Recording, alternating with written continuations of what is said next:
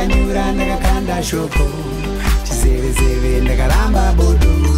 ndiye shungudza moyo wangu bimbi yangu yandakapiwa nashe kumagumo ndosvika naye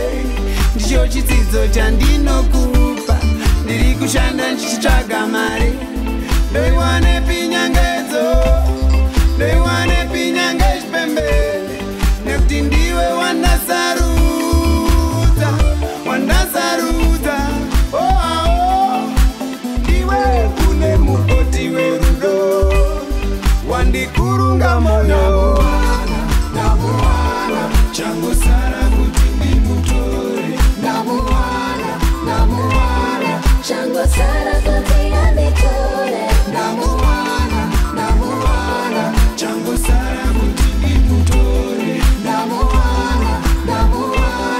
changosara kuti anditore naiwe rudo ndiwe wakokotedza moyo wangu naiwe rudo ndiwe wakonzonga moyo newako naiwe rudo ndiwe wakokotedza moyo wangu naiwe rudo ndiwe wakonzonga moyo newako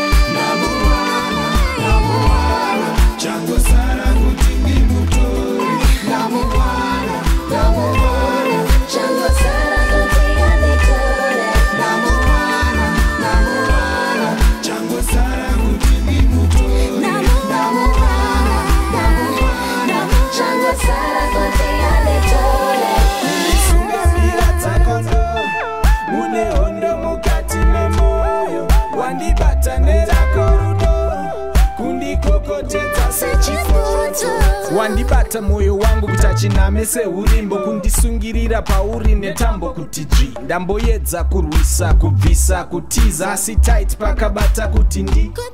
kana mwari vasunga mvura shuga zvese ndivo vakurunga kutapira kwerudo nomborasika tupfungwa svutugadzike rudo rwacho ruchipisa kana twumabhanzi pasaidi uchidyisa wako wepamoyo anokusunga dzakodo taipi inogogotedza zvese mpoto yokusiya uchipisa kunge uchangobva mumoto namuwana changosara kuti ndimutore namuwana changosara kuti anditore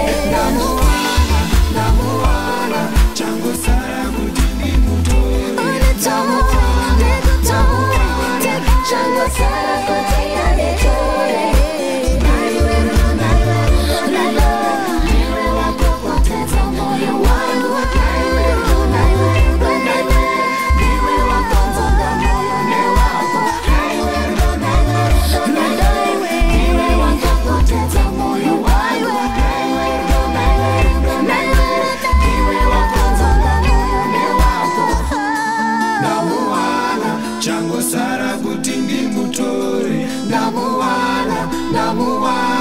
changosara kuti anditore